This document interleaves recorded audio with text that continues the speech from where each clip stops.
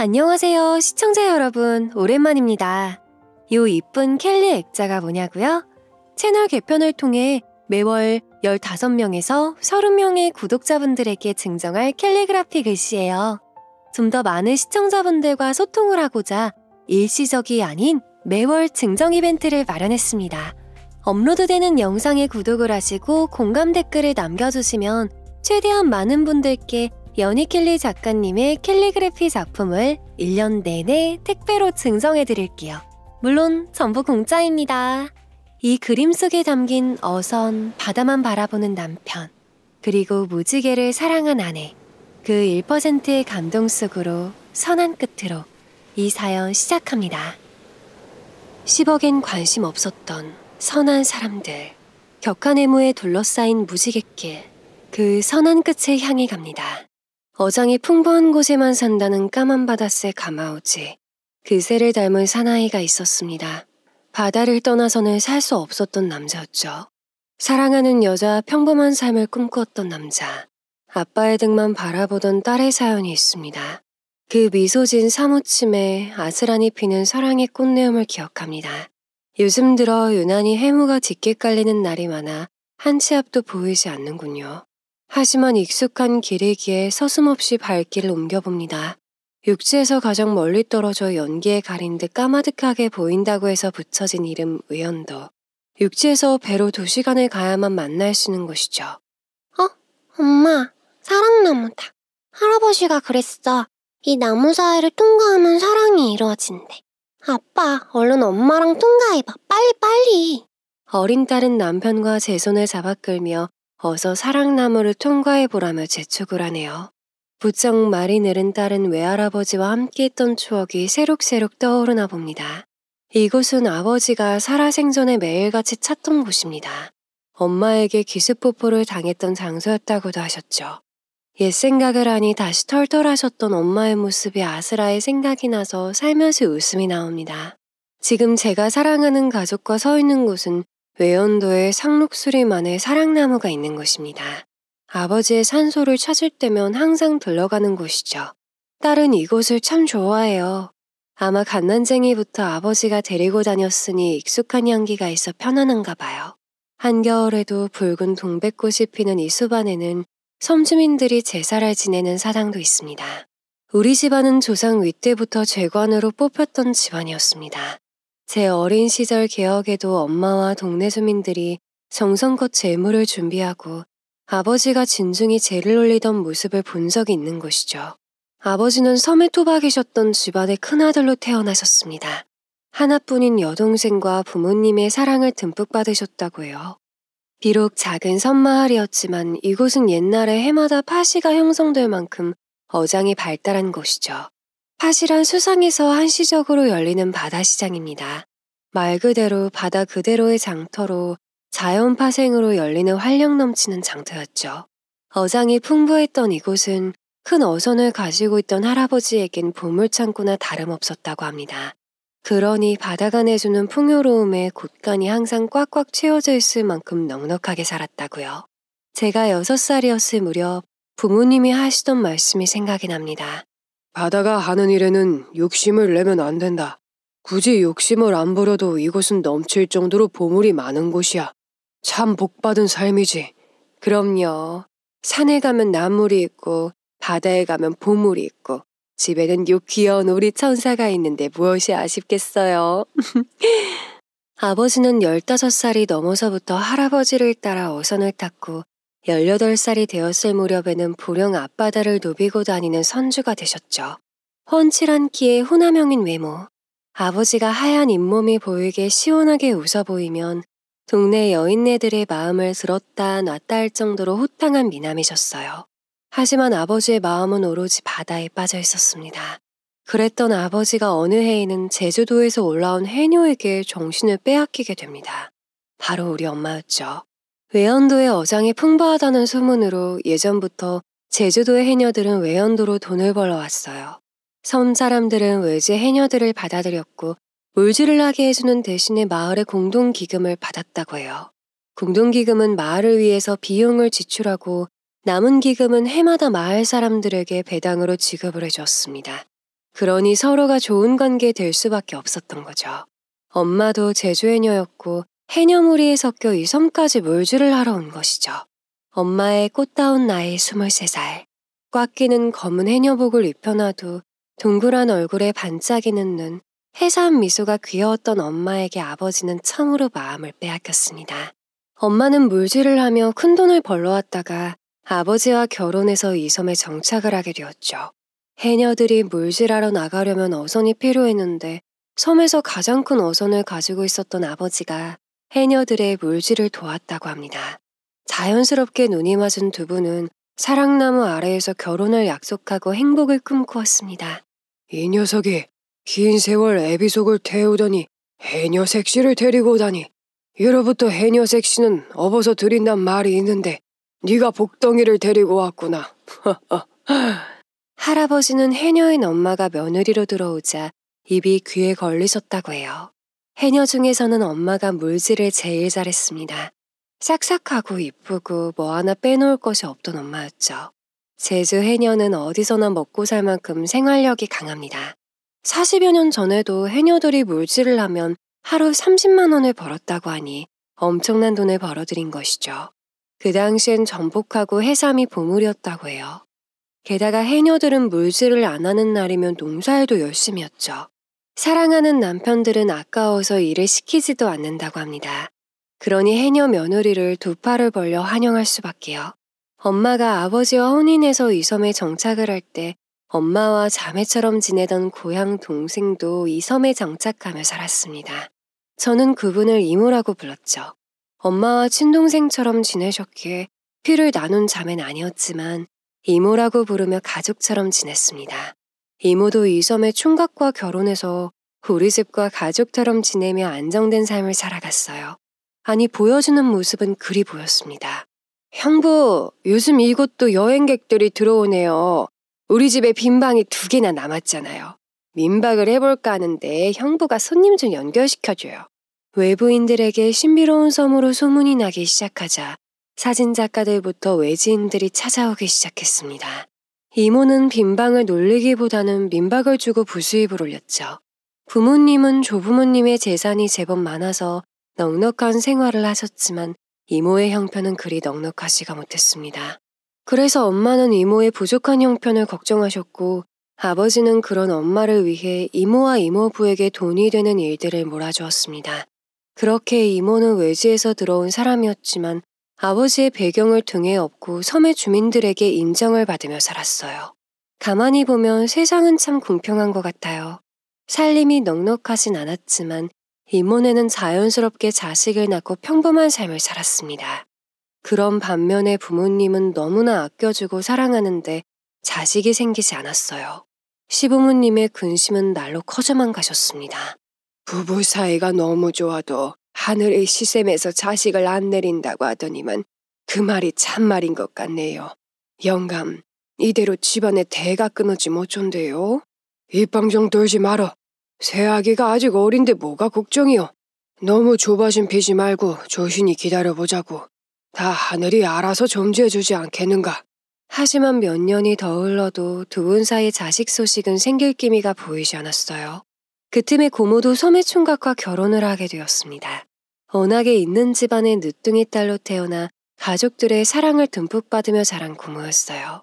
애교도 많았지만 할아버지가 오냐오냐 귀여워만 하셔서 시샘도 욕심도 많았습니다. 이 섬에서 할아버지보다 더 부자는 없었어요. 마을 기금도 제일 많이 내고 있는 것도 할아버지셨고요. 그러니 고모의 눈에 고모부는 잘생겨서 마음에 들었지만 시댁의 형편은 마음에 차지 않았겠죠. 투덜거리는 고모를 위해 할아버지는 집안 소유의 땅을 뚝 떼어서 결혼 선물로 주셨습니다. 그 땅은 섬에서 가장 비옥한 땅으로 고구마며 콩이며 아무거나 심어도 잘 자라는 땅이었죠. 하지만 고모의 눈에는 그것도 성에 차지 않았었나 봅니다. 아버지, 겨우 2,000평짜리 밭 가지고 누구의 입에 풀칠하고 살겠어요. 나도 해수기누처럼 민박이나 해볼래요. 육지에서는 펜션이라고 하던데 나 그것 좀 지어주세요. 고모의 말처럼 육지에서는 땅 2,000평이 별거 아닐 수 있겠죠. 하지만 이 작은 섬에서 비옥한 1,000평의 땅은 그 가치를 평가할 수가 없는 땅입니다. 이 섬에서 작은 면적의 땅을 제외하곤 온갖 무성한 좌풀과 험난한 산맥으로 이어진 터라 밭농사를 지을 수 있는 땅이 그리 많지가 않았으니까요. 할아버지는 고모에게 그리하겠다 약속을 하셨고 아버지는 하나밖에 없는 여동생의 부탁에 대천에서 직접 자재를 사다 나르고 기술자를 데려와 2층 집 펜션을 지어주셨습니다. 그 당시 돈으로 1억 이상이 들어갔다고 하니 마을 사람들의 입이 딱 벌어졌다고 하네요. 덕분에 고모네 펜션은 섬에서 제일 인기가 많은 1호 펜션이 되었습니다. 그렇게 고모는 섬에서 제일 멋진 펜션을 운영하고 어부인 고모부와 잘 살아갈 줄 알았습니다.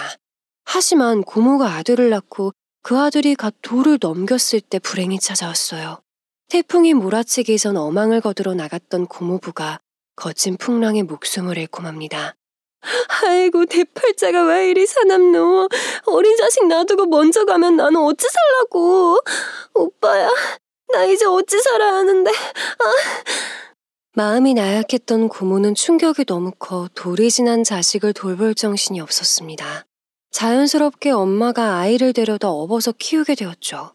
그때까지 자식이 없던 부모님에게 아이는 조카가 아닌 자식처럼 사랑을 듬뿍 주며 키웠습니다. 이 아이가 바로 제 사촌오빠가 됩니다. 사촌오빠는 쑥쑥 커가는데 엄마에게 자식이 찾아올 기미는 보이지 않았습니다. 그래서였을까요? 건강하셨던 엄마는 마음이 편치 않으니 몸도 자꾸 허약해지셨어요. 그리고 조부모님과 엄마의 속이 시커멓게 타들어가다 못해 제만 남았을 때 기적과도 같이 제가 태어났습니다. 엄마의 나이 31, 아버지가 40을 바라볼 때였습니다. 조부모님은 비록 대를 이을 아들은 아니었지만 집안의 핏줄이 태어난 것을 너무나 감사하게 받아들이셨어요. 하지만 칠순을 바라보던 조부모님은 제가 커가는 모습을 많이 보진 못하시고 돌아가셨습니다. 제가 태어나자 섬마을 사람들도 자신의 일처럼 기쁨을 함께했고 많은 축하와 축복을 내려주었죠. 제가 태어났어도 오빠는 저와 함께 엄마가 키우셨어요. 고모가 혼자 밭농사와 펜션 운영하는 것도 힘들다고 하소연을 했기 때문입니다. 언니가 정호 좀 더 키워줘. 나 혼자서 펜션 운영하기도 너무 힘들단 말이야. 오빠, 육지로 나가면 돈벌이가 많다고 하던데 나 대천에 집 한 채만 마련해주면 안 돼? 어차피 정호 중학교 보내려면 내가 대천으로 나가서 기반을 잡아놔야지. 무엇이든 원하는 것이 있으면 꼭 얻어내야만 하는 성격의 고모는 대천으로 나가 살겠다고 떼를 쓰기 시작했어요. 하지만 아버지는 조부모님도 돌아가시고 하나 남은 여동생마저 육지로 내보내고 싶지 않아 반대를 하셨습니다. 그러자 펜션에 묵던 손님과 눈이 맞아 재혼을 하겠다고 하더군요. 아버지는 외지에서 들어온 남자를 믿을 수가 없어서 반대를 하셨습니다. 하지만 아버지가 말린다고 말을 들을 고모가 아니었죠. 그럼 자신 보고 평생 과부로 살라는 거냐면서 따졌습니다. 오빠가 내 인생 대신 살아주는 것도 아니면서 왜 반대를 하는 거야? 이 사람 보령에서 큰 사업을 하고 있대. 자기하고 결혼하면 손에 물 한 방울 안 묻히고 살게 해준다고 했어. 이 사람 따라서 보령 가서 살 거야. 대신 몇 년만 더 정우 키워주라. 그땐 정우 꼭 데리고 갈게. 아버지의 반대를 무릅쓰고 고모는 그 남자를 따라서 육지로 나갔습니다. 과부의 재혼이었던 고모는 결혼식도 생략한 채 그 남자와 같이 살게 된 것이죠. 고모는 육지로 나가면서 펜션과 땅을 처분하려고 했어요. 하지만 아버지가 조부모님이 물려주신 땅이니 다시 아버지가 거둬들인다 하셨죠. 그리고 육지로 나가는 날 고모에게 이렇게 당부하셨습니다. 너 남자는 다음에 두면 안 되는 거다. 그리고 여기 5천만 원이다. 땅값으로 주는 거니까 이 돈은 절대로 비밀로 하고 은행에 넣어놓고 있어. 사람 앞일은 어떻게 될지 모르는 일이니까. 알았지? 고모가 섬에서만 살아서 의지인 남자에게 배신이라도 당할까봐 아버지는 많은 걱정을 하셨습니다. 그래서 땅값을 넉넉히 챙겨준 것이었어요. 고모는 당연히 알겠다고 답을 하고 그 남자를 따라가 살았습니다. 하지만 외지에 나가서 살면서도 고모는 툭하면 엄마에게 돈을 뜯어갔어요. 그럼 엄마는 아버지 몰래 물질에서 모아둔 돈의 일부를 보내주곤 하셨습니다. 그리고 정작 자신은 모든 해녀들이 겪고 있다는 고질병인 두통으로 고생을 하고 계셨어요. 특히 예민했던 엄마는 그 정도가 심하셨죠. 하지만 태어나기를 해녀로 태어나 자랐던 사람들은 하루라도 물질을 안 하면 온몸 곳곳이 아프다고 합니다. 아버지는 엄마가 물질을 하다가 큰 변이라도 당할까봐 노심초사하셨습니다. 하지만 바다를 사랑하고 물질을 좋아했던 엄마를 언제까지 말릴 순 없었어요. 그리고 제가 5살이 되었을 때 엄마는 조심스럽게 물질을 하러 바다에 나가기 시작했어요. 바다에 나가기 전에 두통약을 먹는 것은 습관화가 되셨죠. 엄마가 물질을 하는 동안 아버지는 저를 안고 갑판 위를 수없이 서성이셨습니다. 숨을 쉬러 한 번씩 수면 위로 올라오는 엄마를 확인하기 위해서요. 몇 시간의 물질을 마치고 수면 위로 올라온 엄마는 가득 찬 망사리와 함께 돌아왔어요. 어린 제 눈에도 엄마의 망사리는 다른 해녀들의 망사리보다 전복과 해삼이 가득 차 있었습니다. 그것들을 보고 엄마는 너무나 행복한 웃음을 지으셨어요. 아유, 우리 망사리 안에는 소라 멍게가 많은데 지선이네 망사리는 전복과 해삼이 그득하네. 지선 아버진 좋겠네요. 아, 예. 모두 고생들 하셨습니다. 당신 머리는 많이 안 아팠어? 다친 데는 없고? 하지만 아버지는 귀한 해삼과 전복보다는 엄마의 몸 상태부터 살피셨어요. 엄마가 괜찮다고 하자 옆에서 다른 해녀들이 부러워하며 아버지 보고 팔불출이라고 농을 던지셨죠. 그렇게 엄마와 해녀들의 행복한 물질이 끝나면 아버지의 어선은 섬마을로 향했습니다. 행복을 가득 담고 흥겨운 노랫소리가 울려 퍼졌죠. 그들의 노랫소리는 부두에서 리어카를 타고 집으로 돌아가는 길에도 계속됩니다. 앞에서 아버지가 리어카를 끌고 엄마는 담요로 돌돌 마른 저를 안고 리어카를 타고 집으로 돌아갔죠. 그리고 조용히 울려 퍼지는 엄마의 노랫자락, 아버지가 웃으며 따라 부르던 노랫말, 눈에 보이는 풍경은 더할 나위 없이 평온하고 아름다웠습니다. 저 멀리 기암괴석 너머 수평선으로 떨어지는 저녁 노을은 황금색으로 빛났어요. 그리고 수많은 갈매기떼와 까만 가마우지가 활개를 치며 나는 모습도 장관이었죠. 따스한 부모님의 품에서 영원할 것만 같았던 시간이었습니다. 하지만 아버지와 저의 따스했던 기억은 그게 다였어요. 섬 사람들은 언제 닥칠지 모르는 풍랑 속에서 견디고 살아냅니다. 그 시간들 속에서 사랑하는 가족들과 이웃들이 아까운 목숨을 잃어갔죠. 바다는 고마운 보물창고이기도 하지만 자욱한 안개와 풍랑이 일때면 매서운 지옥과도 같은 곳이 됩니다. 그날은 아버지가 태풍이 몰아친다는 예보에 먼 곳에 던져놓은 어망을 거두러 가시는 날이었습니다. 요즘 들어 더욱 두통이 심해진 엄마에게 아버지는 신신당부를 하고 나가셨어요.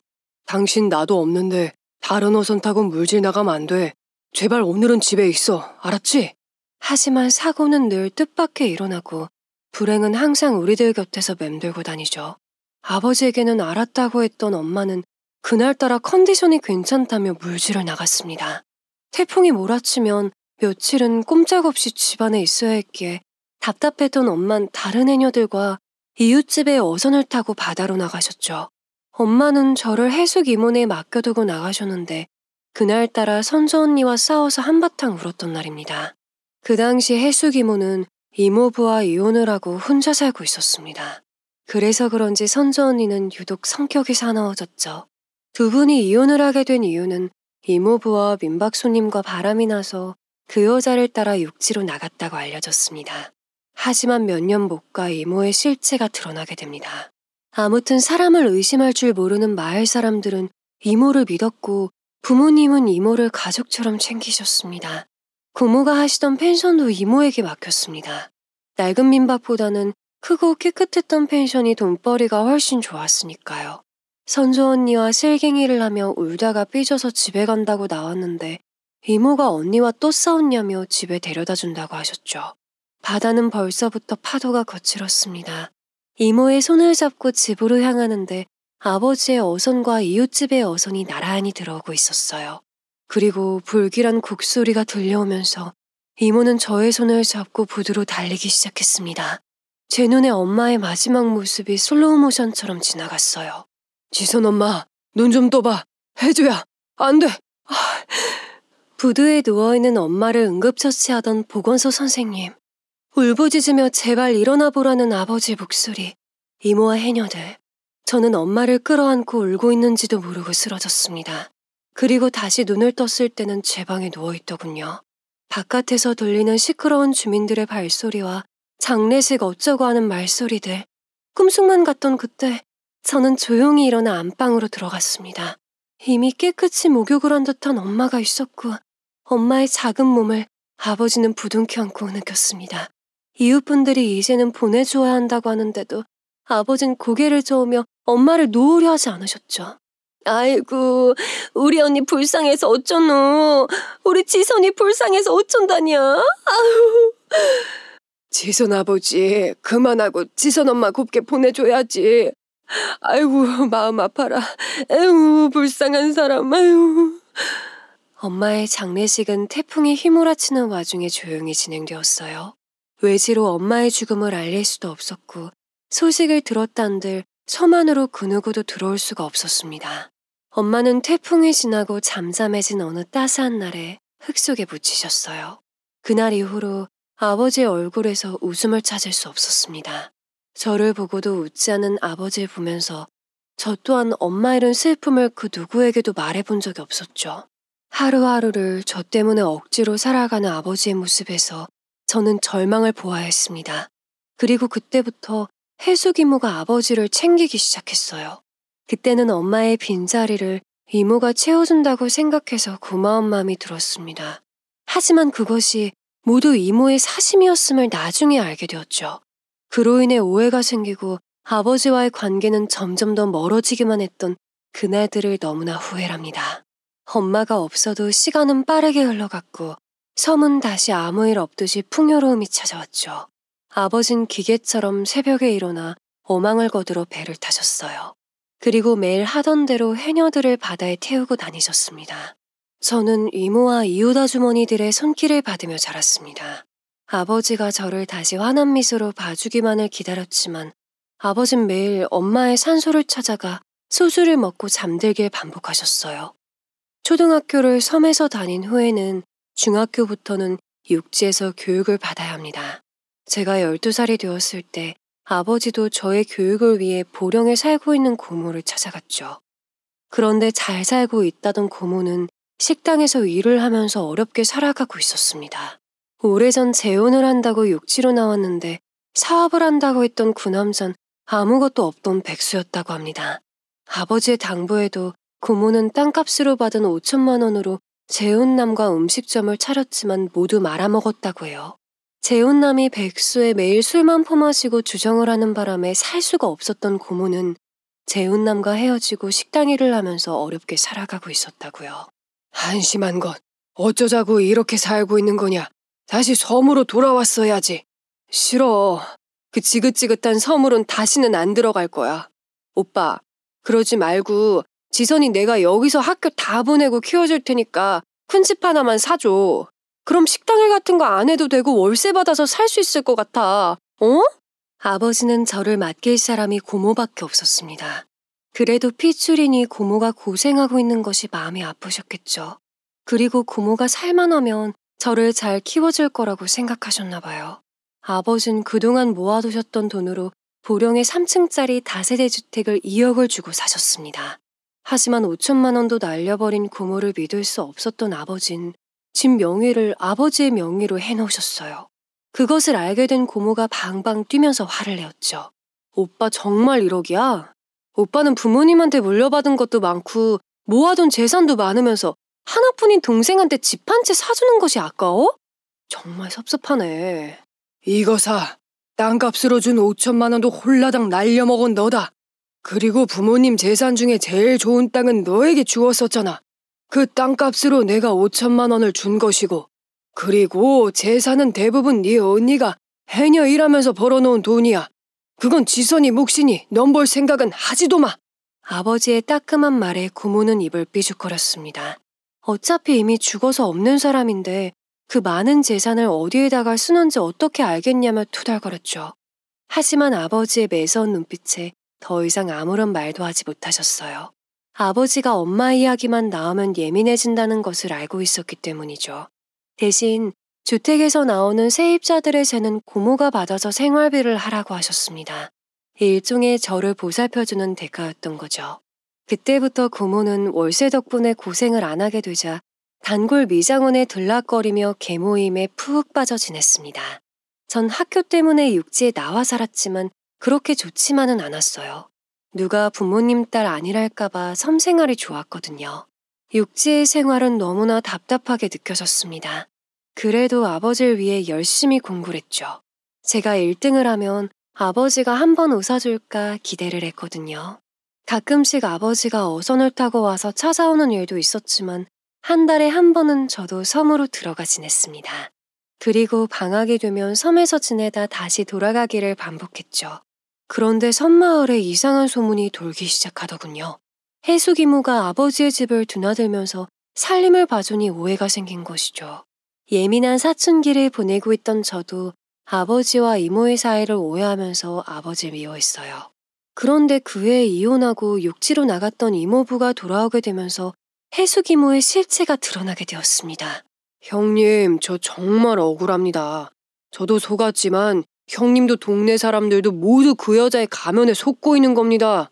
충격 고백으로 시작된 이모부가 내민 서류 한 장. 그것은 바로 친자 확인 유전자 검사 기록지였습니다. 선주 언니가 이모부의 자식이 아니라는 결과지였던 거죠. 아버지가 영문을 모르겠다는 듯 쳐다보자 이모부는 가슴을 치며 억울하다고 분통을 터뜨렸습니다. 이모가 민박을 하면서 외지에서 들어오는 남자와 눈이 맞았다고 하네요. 하지만 그때 이모는 임신을 한 상태였고 이모부는 자신의 자식까지 임신한 이모를 용서하고 감싸 안았습니다. 하지만 몇 해가 지나고 이모가 다시 손님과 바람을 피우자 도저히 참을 수가 없었답니다. 그때는 정말 화가 나서 견딜 수가 없었어요. 하지만 딸이 너무 어렸고 아이는 그래도 엄마가 키우는 게 맞다고 생각했어요. 선주가 내 자식이라는 거에 한치 의심도 없었으니까요. 이모와 이혼을 했지만 이모와 선주 언니가 육지에 나가 고생하는 것을 볼 수가 없어서 이모부는 자신이 섬을 떠났습니다. 참 바보 같은 사람이죠. 그래놓고 이모는 이혼의 사유를 이모부에게 뒤집어 씌웠던 겁니다. 이후 이모부는 선주 언니와 종종 연락을 하며 지냈는데 근래에 커가는 선주 언니를 보게 되면서 자꾸 의심이 들었대요. 자신과 너무나 닮지 않은 모습의 유전자 검사까지 하게 되었다고요. 언니만은 자신의 자식이라고 믿고 살았는데 뒤통수를 강하게 얻어맞은 기분이었다고 합니다. 이모부는 도저히 참을 수가 없어서 이모에게 따지러 섬에 들어오게 된 겁니다. 어차피 집안에 집과 땅이 남아있었기 때문에 정리를 하기 위해서라도 한 번은 들어와야 했었죠. 허탈한 표정으로 진실을 털어놓는 이모부의 이야기에 아버지는 어이가 없었습니다. 엄마가 자매처럼 아끼던 동생이었기에 물심양면으로 도와주며 살았기 때문이죠. 여자 혼자 아이 키우며 산다고 선주 언니 대학 입학금까지 지원해준 아버지였어요. 이 섬마을 사람들은 가족이나 이웃들을 속일 줄도 모르고 배신할 줄도 모릅니다. 그런데 이런 평화로운 마을에 순박한 사람들을 속이며 살아왔다는 사실에 아버진 충격을 많이 받으셨어요. 더군다나 이모가 마을의 여러 가지 직책과 관리를 해오고 있었기 때문에 더욱 심각한 일이었죠. 이모부가 이모와 단판을 지으러 간다고 일어섰고 아버지는 시간차를 두고 다음날 이모를 찾아갔습니다. 그리고 그동안 관리해오던 모든 내역과 공동자금을 내놓고 자리에서 물러나라고 통보를 하셨죠. 형부도 저 사람 말을 믿는 거예요? 내가 형부한테 어떻게 했는데 나한테 이럴 수가 있어요? 울고불고 매달리는 이모를 아버진 차마 내칠 수가 없었습니다. 하지만 마을을 책임지는 어른으로서 결단을 내리셔야 했죠. 이미 이모부가 돌아온 것만으로도 마을에는 소문이 돌기 시작했으니까요. 여기서 살고 말고는 저제가 알아서 해. 하지만 지금 맡고 있는 자금 관리는 나에게 넘기고 운영자 자리에서도 물러나. 아버지는 자금 내역과 통장을 바로 달라고 하셨지만 이모는 아직 정리가 안 되었다며 내일까지 준다고 미루었습니다. 그리고 아버지가 자신에게 모질게 대한 것을 알게 되면 엄마가 용서하지 않을 거라면서 흐느껴 울었답니다. 돌아가신 엄마까지 돌먹이는 이모에게 아버진 소름이 끼쳤다고 해요. 하지만 다음날 이모는 마을의 공동자금 10억이 든 통장을 가지고 오전에 여객선을 타고 육지로 튀었습니다. 그 돈은 섬의 주민들에게 돌아갈 배당금과 제를 지낼 비용이었어요. 보령의 섬들은 어촌계에서 자체 기금을 조성을 해요. 어장이 풍부한 섬들은 해녀들이 해산물을 채취하면 비율을 책정해 기금으로 조성을 하죠.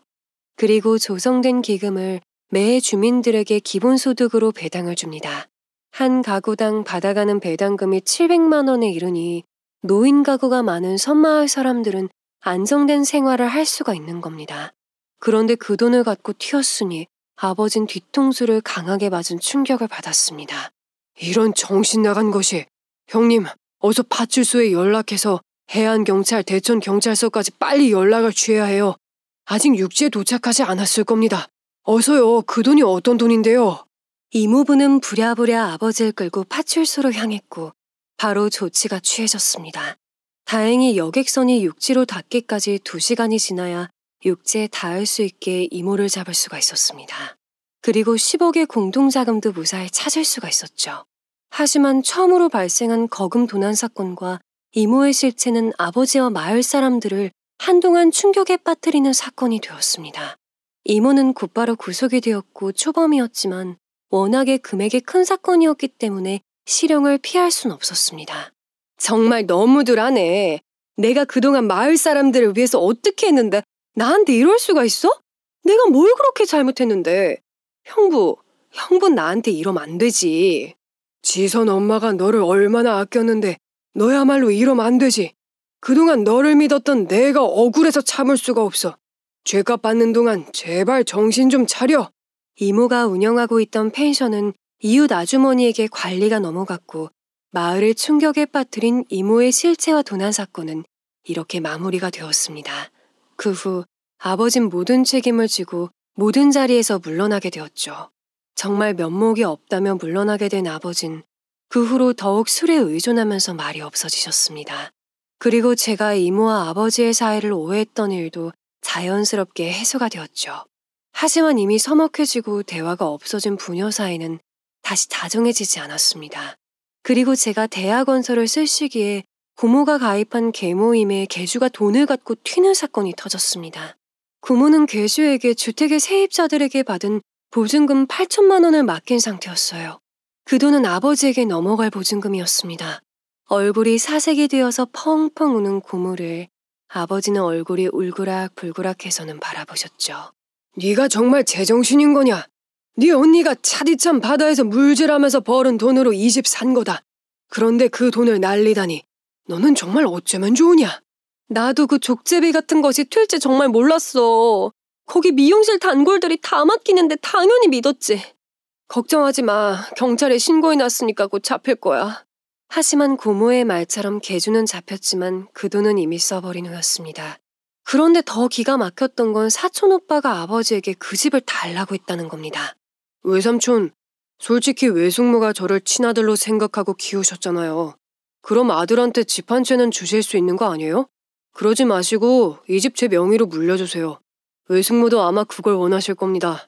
사촌 오빠의 황당한 그 말에 저는 발끈해서 그런 터무니없는 이유가 어디 있냐고 쏘아붙였습니다. 우리 엄마가 차디찬 바다에서 물질할 때 고모나 오빠가 뭘 해주었냐고 따졌죠.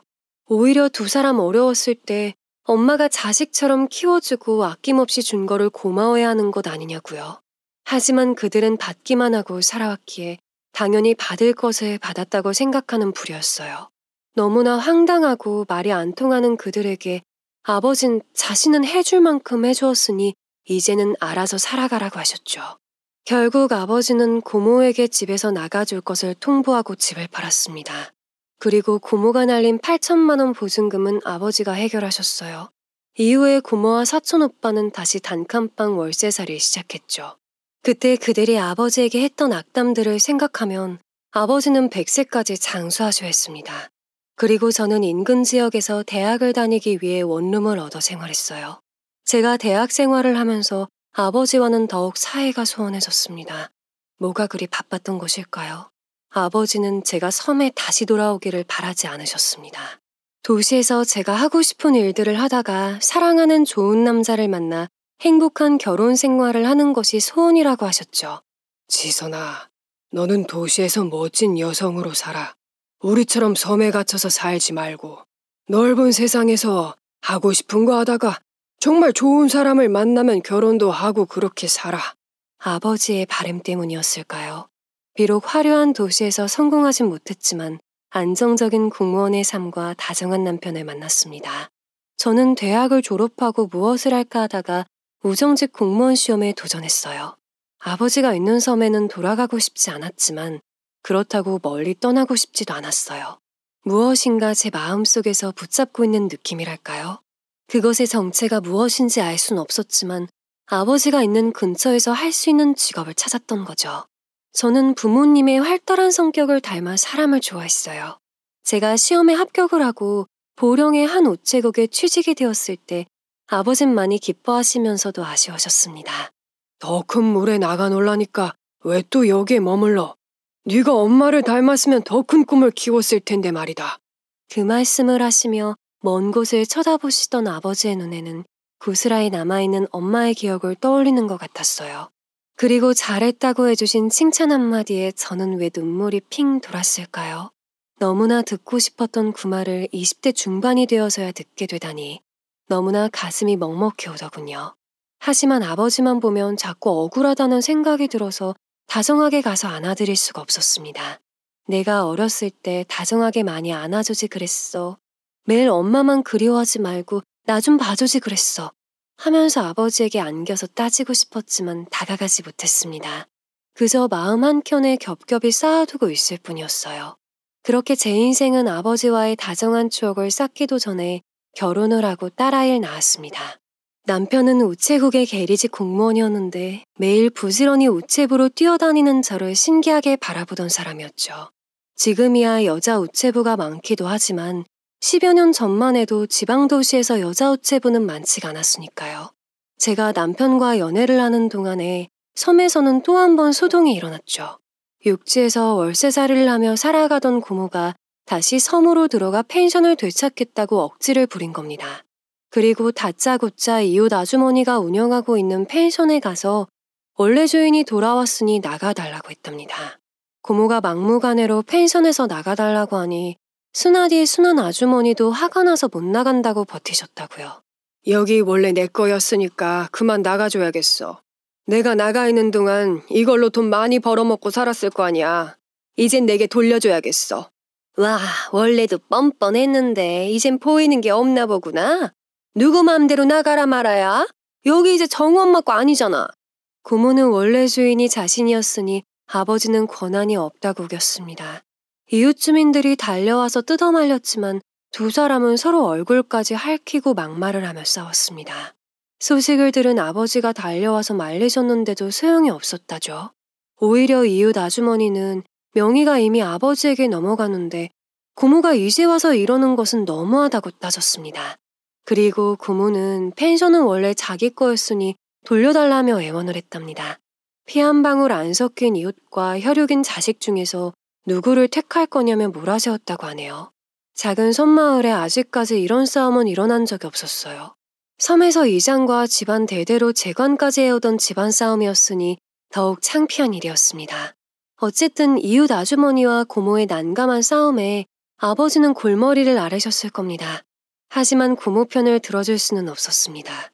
이참에 하나뿐인 여동생의 나쁜 버릇을 고쳐놔야겠다 마음먹으셨던 거죠.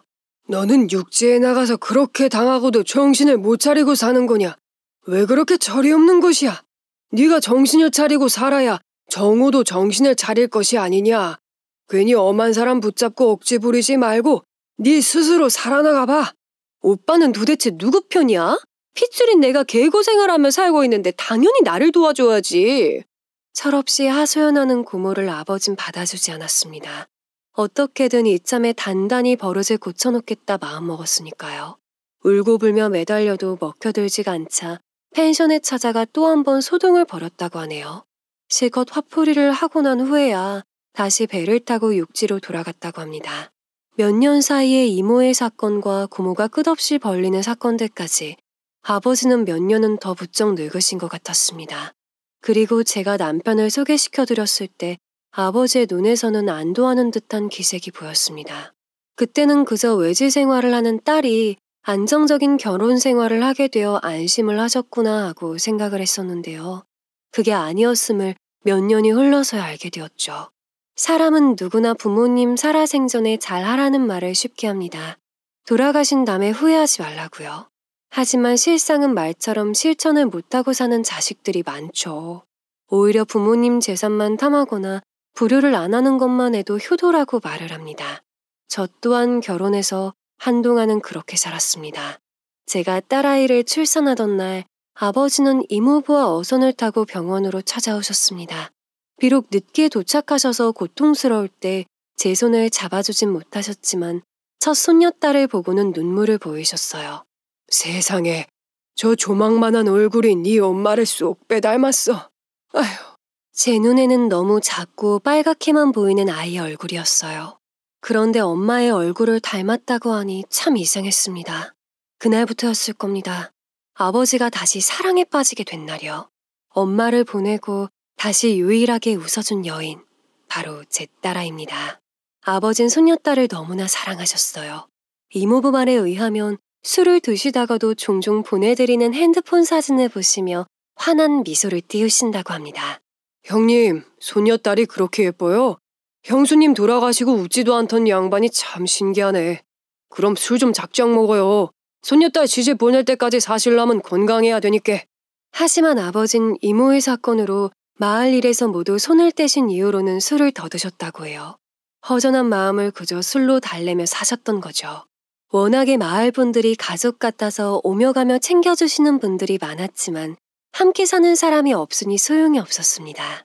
젊었을 적 흥이 많고 미소가 떠나질 않았던 아버지의 모습.